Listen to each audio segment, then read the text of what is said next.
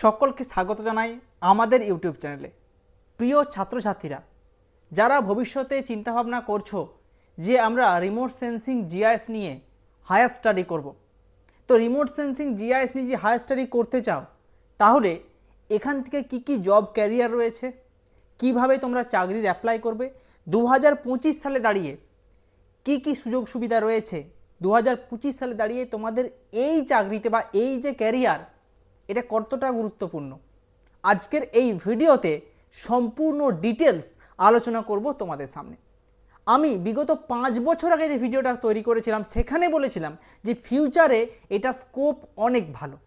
তো বর্তমান যুগে দাঁড়িয়ে আমি 5 বছর পরেও এই কথাটা বলবো, এখনকার যুগে স্কোপ আগের থেকে অনেক বেটার হয়েছে, ভবিষ্যতে এটা আরও বেটার হবে। প্রথম থেকে শুরু করি। যারা রিমোট সেন্সিং জিআইএস নিয়ে ক্যারিয়ার গড়তে চাইছো, তাদের প্রথমত কোয়ালিফিকেশান কি থাকতে হবে? উচ্চ মাধ্যমিক পাস, যেখানে উচ্চ মাধ্যমিকে ভূগোল বিষয় থাকতে হবে, একই সঙ্গে ভূগোলে অনার্স করতে হবে। তারপর চলে আসি, আমাদেরকে এমএসসি করতে হবে, এমএসসি ইন জিও ইনফরমেটিক্স অথবা MSc in remote sensing and GIS. কোথা থেকে করবে? দেখো, বিভিন্ন সরকারি ইউনিভার্সিটি রয়েছে। পশ্চিমবঙ্গের মধ্যে সব থেকে যদি একটা ভালো ইউনিভার্সিটি বলি, সেটা হচ্ছে বিদ্যাসাগর ইউনিভার্সিটি। খুব ভালো ইউনিভার্সিটি, এখানে যদি চান্স পেয়ে যাও তাহলে একদম খুব ভালো হবে তোমার জব ক্যারিয়ারের জন্য। যদি তুমি বেসরকারি চাও, অনেক বেসরকারি ইউনিভার্সিটি রয়েছে। একই সঙ্গে যাদেরকে বলবো, অনেকে ভাবছো স্যার ডিপ্লোমা কোর্স করতে চাই। দেখো, ডিপ্লোমা কোর্সটা তুমি যে কোনো সময় করতে পারো, কিন্তু এমএসসি কোর্সের ভ্যালু কিন্তু ডিপ্লোমার থেকে অনেকটা বেশি। কাজেই তোমরা পারলে ডিপ্লোমা থেকে এমএসসিতে প্রথমে সুযোগ সুবিধা লাগানোর চেষ্টা করো। তোমরা একবার যদি এমএসসিতে চান্স পেয়ে যাও, তোমরা একবার যদি এই কোর্সটা করে নাও, তাহলে কিন্তু জব অপরচুনিটি অনেকটা বেশি। এবার তোমরা বলবে, দাদা এখানে জব করলে কি গভর্নমেন্ট জব হয়? দেখো, এই সমস্ত ফিল্ডে বেশিরভাগ জব কিন্তু কোম্পানি ওরিয়েন্টেডই হয়। তোমাকে ভবিষ্যতে আস্তে আস্তে তুমি সুযোগ সুবিধা পাবে। বলে রাখি প্রসঙ্গত একটা কথা, যে আমার একজন ছাত্র বর্তমানে কিন্তু ইসরো অ্যাজ এ ইন্টার্ন কাজ করছে। সে কিন্তু অনেক পরিশ্রম করে বিভিন্ন কোম্পানিতে কাজ করে এক্সপিরিয়েন্স জোগাড় করেছে, তারপর আস্তে আস্তে কিন্তু সে একটা ভালো জায়গায় পৌঁছে গেছে। কাজেই চেষ্টা করলে তোমরাও পারবে। কিভাবে শুরু করবে? তোমরা এমএসসি রিমোট সেন্সিং জিআইএস খুব ভালো করে মন দিয়ে পড়াশোনা করো, ভালো নাম্বার নিয়ে পাস করে বেরিয়ে এসো। তারপর তোমরা কি করবে? বিভিন্ন জব যে সমস্ত পোর্টাল রয়েছে, কয়েকটা এক্সাম্পল দিই, naukri.com, ইনডিড, এরকম ভালো ভালো প্ল্যাটফর্ম রয়েছে, যেখানে তুমি সিভি আপলোড করে তুমি যে কোনো জায়গা থেকে তুমি ইন্টারভিউ ডাক পেয়ে যাবে, যেটা হচ্ছে তোমার কোম্পানি রিলেটেড। ঠিক আছে? পশ্চিমবঙ্গের মধ্যে তুমি যদি চাকরি করো, সেক্ষেত্রে বেতন একটু কম হয়, কিন্তু আউট অফ ওয়েস্ট বেঙ্গল গেলে কিন্তু বেতন অনেকটাই পার্থক্য হয়। এটা আমি স্টুডেন্টদের কাছ থেকেই পেয়েছি, যারা চাকরি করছে তাদের কাছ থেকেই আমি এই তথ্যটা পেয়েছি। কাজেই রিমোট সেন্সিং জিআইএস নিয়ে যারা ক্যারিয়ার গড়ার চিন্তাভাবনা করছো 2025-এ দাঁড়িয়ে, তাদের জন্য বলবো তোমরা একদম ঠিক ডিসিশন নিচ্ছ। এটুকু বলতে পারি যে 2025 সালে রিমোট সেন্সিং জিআইএসের যে ক্যারিয়ার, সেটা অনেকটা উন্নত হয়েছে।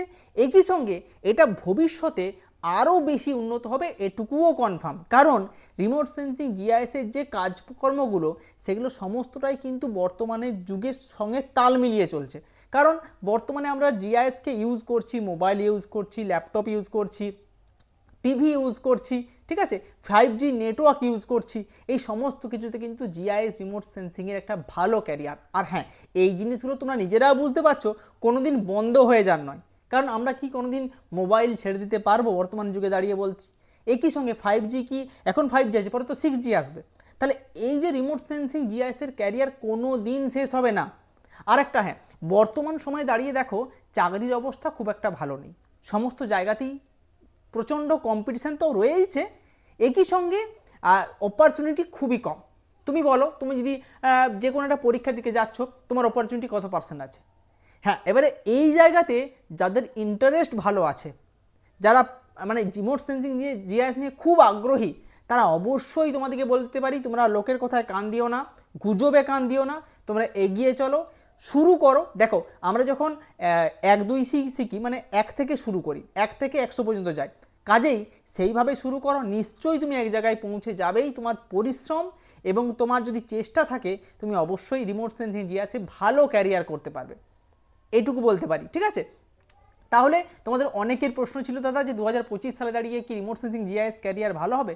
আমি বলবো একদম ক্যারিয়ার ভালো হবে, কোনো চিন্তা নেই। ভালো করে পড়াশোনা করলে কোম্পানি রিলেটেড চাকরি করেও তুমি কিন্তু ভালো জায়গায় পৌঁছে যেতেই পারো। ঠিক আছে, তো এইটুকুই বলার ছিল ভিডিওতে। 2025 সালের সমস্ত ডিটেলস আমি বলে দিলাম। তোমরা যদি সরকারিতে চান্স না পাও আমার সঙ্গে যোগাযোগ করতে পারো, বেসরকারিতে আমি কোনটা ভালো হবে সাজেস্ট করে দেবো, বলে দেবো। ঠিক আছে, সিজন শুরু হবে।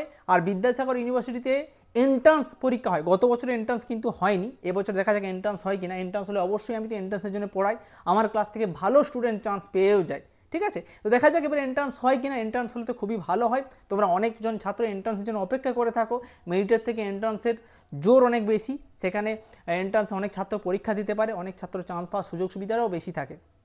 তো দেখা যাক কী হয়। ভবিষ্যতে আরও নতুন নতুন ভিডিও পাওয়ার জন্য আমাদের চ্যানেলকে সাবস্ক্রাইব করে রাখো। আর হ্যাঁ প্লিজ তোমাদেরকে একটা কথা বলে রাখি, ভিডিওটা শেয়ার করতে একেবারেই ভুলবে না তোমার কোনো বন্ধু বান্ধবের কাছে।